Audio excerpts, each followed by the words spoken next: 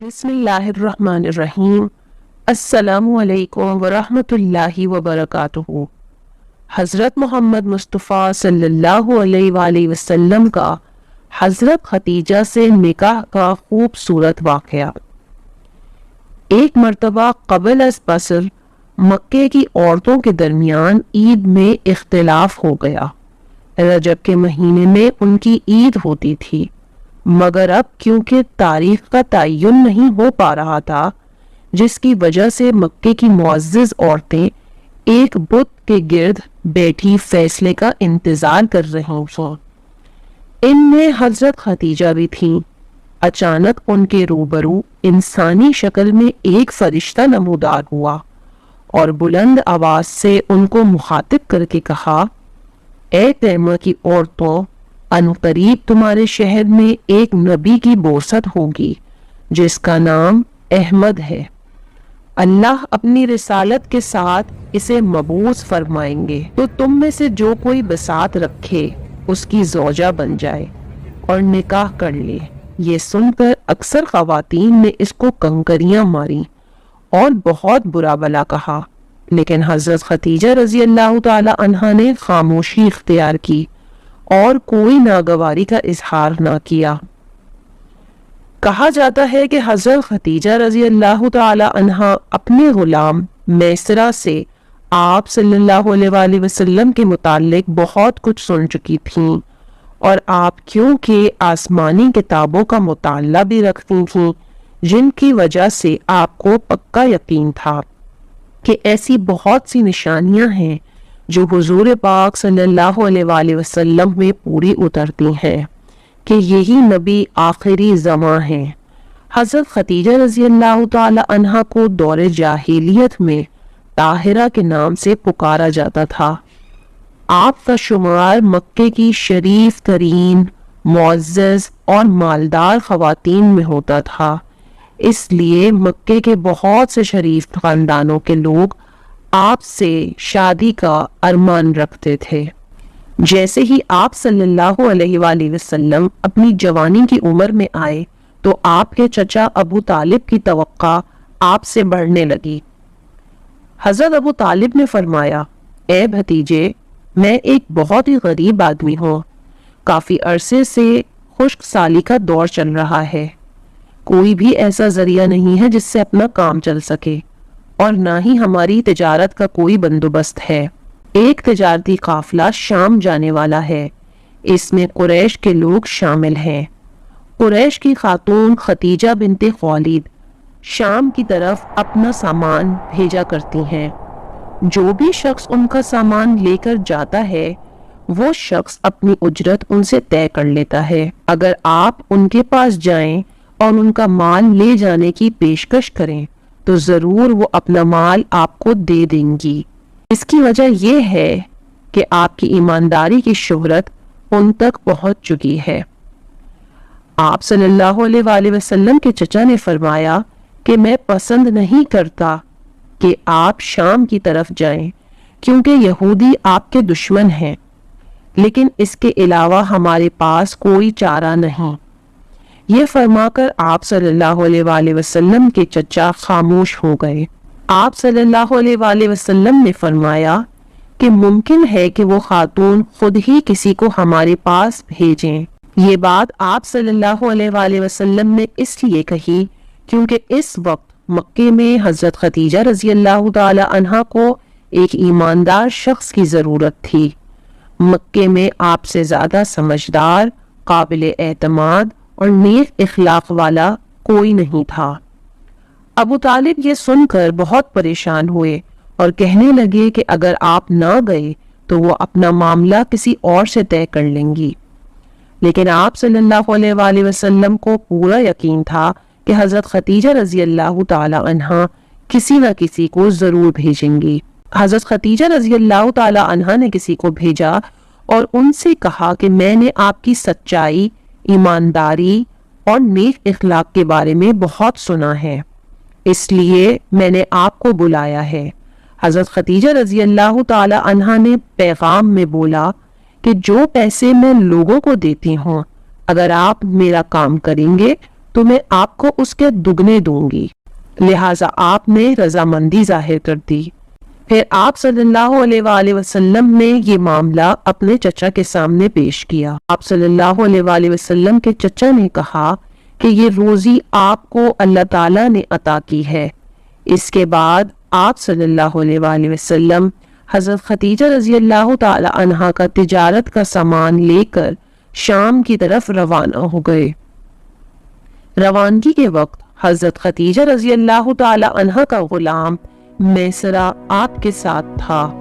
آپ نے اپنا کاروان تجارت شام کی طرف بھیجا اور اپنا سامان تجارت نبی کریم صلی اللہ علیہ وآلہ وسلم کے سپرد کیا، تو ان کو پہلے کی نسبت کئی گنا زیادہ منافع حاصل ہوا۔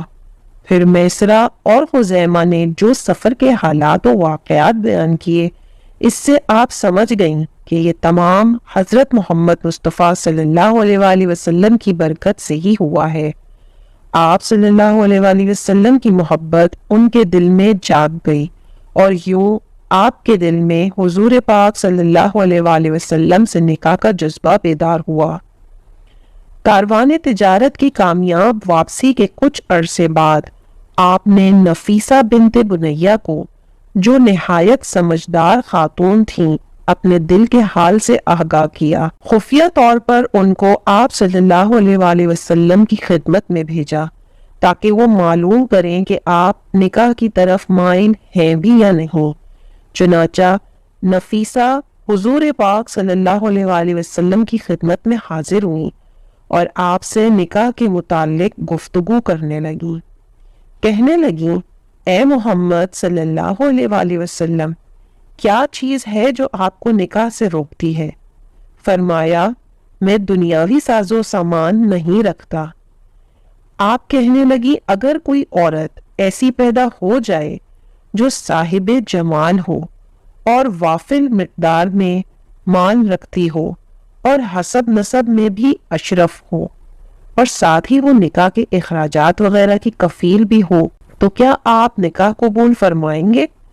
آپ نے دریافت فرمایا، ایسی کون سی خاتون ہے؟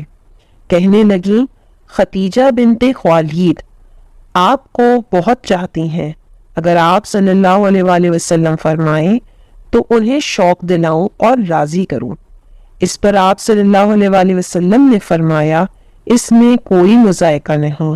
نفیسہ بنت بنیہ وہاں سے اٹھیں اور سیدھا حضرت خدیجہ رضی اللہ تعالی عنہا کے پاس حاضر ہو گئیں اور کہا، مبارک ہو، وہ بھی آپ کو چاہتے ہیں اور اس رشتے پر راضی ہیں۔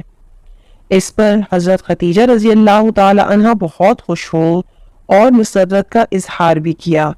حضرت خدیجہ رضی اللہ تعالی عنہا نے خود آپ صلی اللہ علیہ وآلہ وسلم کو نکاح کا پیغام دیا۔ آپ صلی اللہ علیہ وآلہ وسلم نے اس بات کا ذکر اپنے چچا سے کیا۔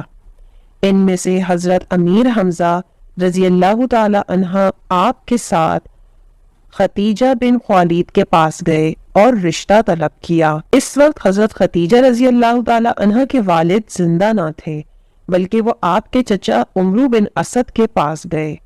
اللہ بہتر جانتا ہے، چنانچہ یہ مبارک گھڑی طے کر دی۔ بارات کا دن آیا تو حضرت خدیجہ رضی اللہ تعالی عنہ نے اپنے گھر کو بہت ہی عمدہ طریقے سے سجایا، نفیس چادریں بچھائیں، نوکر چاکر آپ صلی اللہ علیہ وآلہ وسلم کی عزت و احترام کے لیے قطار در قطار کھڑے ہو گئے۔ بارات آئی تو ان میں دولہا امام الانبیاء آپ صلی اللہ علیہ وآلہ وسلم تھے اور باراتیوں میں حضرت امیر حمزہ رضی اللہ تعالی عنہ اور حضرت ابو طالب اور آپ کے دیگر چچا اور حضرت ابو بکر صدیق رضی اللہ تعالی عنہ اور شہر کے لوگ شامل تھے۔ پہلے نکاح کا خطبہ ہوا۔ خطبہ ابو طالب نے پڑھایا، جس کا مفہوم یہ تھا، حمد و ثنا اس خدائے برتر کی جس نے ہمیں حضرت ابراہیم علیہ السلام کے فرزند حضرت اسماعیل علیہ السلام کی نسل سے پہچانا اور اپنے گھر کا محافظ و پیشوا بنایا، اور ہمارے لیے فراوانی بخشی کہ اس کی زیارت کے لیے آئیں اور ہمیں لوگوں پر حاکم بنایا۔ عہد الہی کے بعد یقیناً میرا یہ بھتیجا محمد بن عبداللہ صلی اللہ علیہ وآلہ وسلم ایسا جوان ہے۔ میرے بھتیجے نے حضرت خدیجہ کو نکاح کا پیغام دیا اور میرے مال میں سے ایک مقدار بطور مہر دیا، جس میں نقد بھی ہے اور ادھار بھی۔ اللہ تعالیٰ کی قسم، اس کے بعد میرے اس بھتیجے کے لیے بہت بڑی خبر اور عظیم معاملہ ہے۔ جب ابو طالب نے خطبہ مکمل کیا تو ورقہ بن نوفل اور عمر بن اسد نے بھی خطبہ پڑھا۔ اس عقد مبارک کی تعمیل کے بعد حضرت ابو طالب نے ولیمے کے لیے اونٹ ذبح کیا اور قریش کی شاندار دعوت کی۔ حضرت خدیجہ رضی اللہ تعالی عنہا نے اپنی لونڈیوں کو حکم دیا کہ دف بجا کر مسرت کا اظہار کریں۔ پھر تمام مہمان اپنے گھروں کو روانہ ہو گئے۔ اسی روز زفاف واقع ہوا۔ اس کے بعد حضرت خدیجہ رضی اللہ تعالی عنہا نے خزانوں کے دروازے کھول دیے اور اپنی تمام ملک حضور پاک صلی اللہ علیہ وآلہ وسلم پہ قربان کر دی۔ پیارے آقا سرکار دو عالم صلی اللہ علیہ وآلہ وسلم اس شادی سے بہت خوش ہوئے اور جناب ابو طالب نے اپنی مسرت کا اظہار ان لفظوں میں کیا: سب خوبیاں اس ذات کے لیے جس نے ہم سے مصیبتیں دور فرمائیں اور ہم سے غموں کو اٹھا لیا۔ ناظرین، بے شک ام المومنین سیدہ خدیجہ رضی اللہ تعالی عنہا کے بلند مقام و مرتبے کی صرف ایک ہی وجہ تھی کہ آپ کو حضرت محمد مصطفیٰ صلی اللہ علیہ وآلہ وسلم کی زوجیت کے لیے پسند کیا گیا تھا۔ کی عزت و عظمت کا اندازہ تو اس حدیث پاک سے بخوبی لگایا جا سکتا ہے کہ پیارے آقا صلی اللہ علیہ وآلہ وسلم نے فرمایا: سب سے بہتر عورتوں میں مریم اور خدیجہ ہیں۔ حضرت جبرائیل علیہ السلام نے بحکم خداوندی آپ کو جنت کی بشارت دے دی تھی۔ یہ شادی ہر اعتبار سے ایک مثالی رشتہ ثابت ہوئی۔ وقت گزرنے کے ساتھ ساتھ آپ صلی اللہ علیہ وآلہ وسلم اور حضرت خدیجہ رضی اللہ تعالی عنہ کے گھر میں مسرتوں اور نیکیوں کا اضافہ ہوتا چلا گیا۔